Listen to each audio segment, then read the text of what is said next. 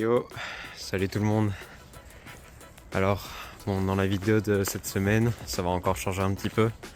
Parce que donc, comment dire, ouais, j'ai pas fait énormément d'activités avec mes potes parce que voilà, j'avais plein de projets, j'avais aussi un examen qui arrive vendredi. Donc voilà, j'avais d'autres choses à faire. Et donc à la place, je me suis dit que j'allais peut-être vous parler d'un truc qui me tient vraiment à cœur et que je fais la plupart du temps quand j'ai pas forcément envie de sortir ou quand j'ai un petit peu de temps pour moi, etc. Et cette chose en fait, c'est tout simplement lire. Genre, je lis énormément. J'ai commencé à lire beaucoup plus depuis l'année passée.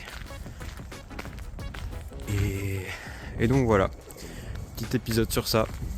Du coup, comme je vous ai dit juste avant, je lis beaucoup plus depuis l'année dernière. Juste après avoir vu la vidéo qui s'appelait How to Become Millionaire in Only 3 Years. Donc c'est une vidéo, c'est un TEDx en fait. Et bon voilà, le gars explique un petit peu qu'avant il avait une vie pourrie, etc. Et que voilà, maintenant il s'en sort beaucoup mieux. Bon, malheureusement il n'a pas expliqué comment il était vraiment devenu millionnaire, mais je suppose que c'est pour ça que il lie un petit peu sa richesse avec le fait de lire des livres. Et en fait, donc je suis à l'université depuis 3 ans. Et c'est vrai que à l'université, on se dit pas forcément qu'on a forcément le temps de lire, parce qu'on lit déjà bien assez pour les cours, on doit aller en cours toute la journée, et puis le soir on fait les fêtes, etc. Et donc on prend pas forcément assez le temps de se poser et de lire un livre. Et une des premières choses que le monsieur nous dit dans le TEDx, c'est que justement en fait, c'est super simple de se trouver du temps pour lire. Parce que lire en fait, souvent on imagine se poser devant un livre pendant des heures et des heures, passer de chapitre en chapitre et juste avancer comme ça. Alors que lire ça peut se faire pendant 5 ou 10 minutes, que ça soit aux toilettes, quand on prend son déjeuner, quand on est dans le bus, ou juste comme ça. Et ça, juste se rendre compte de ça, en fait on a énormément de temps, c'est déjà incroyable. Bon, du coup, ensuite, un livre que je trouve incroyable et que je lis à peu près tous les jours, parce que donc c'est un truc qui prend pas mal de temps déjà à comprendre, etc. Mais qui est vraiment super bien écrit. L'auteur, vous le connaîtrez sûrement, c'est Marc Aurèle. Et du coup, voilà, c'est ce livre-là. Donc c'est Méditation par Marc Aurèle. C'est un livre qui est incroyable. C'est un petit peu un début de philosophie comme ça. Et c'est un livre qui est super accessible dans le sens où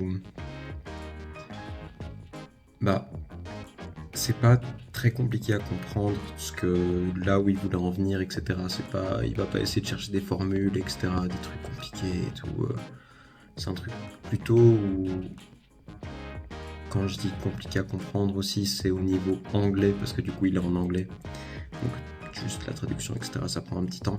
Mais sinon, en fait, une fois que vous avez compris, vous pouvez directement l'appliquer à votre vie parce que vous n'aurez pas besoin de vous-même réfléchir au sens caché des choses, etc. C'est vraiment un truc concret. Et ce que vous pourrez faire, par contre, c'est ok, comment est-ce que je peux appliquer ce qu'il est en train de me dire à ma vie à moi. Et je trouve vraiment que ce livre, il est super constructif et tout. Et je vous conseille énormément de l'acheter. Vous le demandez pour Noël ou un truc comme ça. Donc voilà, Marc Aurèle Méditation, si vous voulez recommencer à lire, c'est quand même pas mal. Alors, la deuxième chose dont le monsieur nous parle dans la vidéo, et qui est aussi pas mal de mentionner, c'est que quand tu recommences à lire, parce que bon, tu lis souvent quand t'es jeune des livres fantastiques, etc. Mais quand tu recommences à lire, tu te dis bon allez, j'ai entre 20 et 25 ans, faut que j'arrête, faut que je sorte de ma jeunesse, etc. Faut que je lise des trucs concrets qui vont m'aider, etc. Et ce qu'il dit, c'est que t'as plein de livres et si tu lis des livres, tu vas pouvoir résoudre tous les problèmes du monde. Et heureusement, on n'a pas tous les problèmes du monde à résoudre. On pourrait se focaliser seulement sur un ou deux problèmes qui sont qui nous sont propres en fait. Donc, enfin, par exemple, j'avais commencé moi à lire, donc j'ai acheté une liseuse l'année dernière et j'ai directement commencé par lire Le secret des dividendes. Donc c'est un livre sur l'économie, etc. Comment apprendre à investir, qui est super bien fait, je vous conseille d'ailleurs. Et simplement en fait, c'est avec les livres, on peut vraiment apprendre des choses qu'on n'apprendra pas forcément en cours, que personne dans notre famille, dans notre entourage ne va forcément nous parler, enfin dont les gens ne vont pas nous parler. Et donc je trouve que c'est vraiment une chouette démarche de se dire bon allez, j'apprends un truc totalement nouveau et j'essaye de résoudre des problèmes que voilà, que je trouve dans ma vie de tous les jours, etc.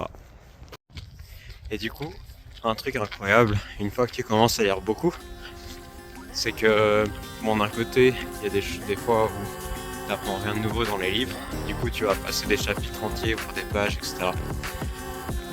Et un truc qui est super satisfaisant au fil du temps, c'est de faire une petite liste avec les livres qu'on aimerait lire, les livres qu'on est en train de lire et les livres qu'on a lus, et voir un petit peu la pile de livres qu'on a déjà lus sans pipin. Voilà. Moi je le fais sur Notion par exemple, et donc je vois à chaque fois mon tableau avec les livres déjà lus qui sont en train de s'additionner, etc. Et je trouve que c'est un truc super aussi. Comment dire, enfin ça fait du bien. Et puis de voir que voilà, on apprend des choses en s'amusant, etc. Que le soir, vu qu'on n'est pas sur son téléphone, etc. On a vraiment l'impression qu'on a une vie plus active et tout. Et qu'on perd pas juste notre temps à scroller sur Insta ou à regarder des vidéos complètement débiles d'informations sur YouTube dont on ne se servira sûrement jamais. Voilà, ça fait un petit sentiment d'être satisfait quoi. Et donc pour terminer la vidéo, je voulais finir par une petite note de philosophie aussi. Donc ici c'est un petit dicton écrit par Mark Twain qui dit ceci: une personne qui ne lit pas n'est pas supérieure à une personne qui ne sait pas lire. Et donc, lisez tous les jours, apprenez tous les jours et surtout à la semaine prochaine. Ciao.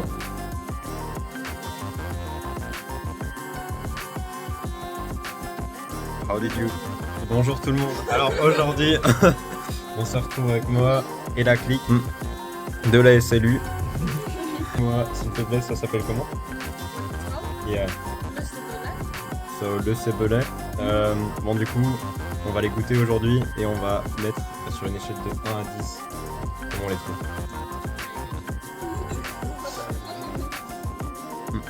Ok, niveau texture, 10 sur 10. Niveau goût, 7 ou 8. 9. C'est sucré mais pas trop sucré, et ça fond en bouche, il y a un peu de collant sur l'extérieur mais pas trop. Ok. 8,5.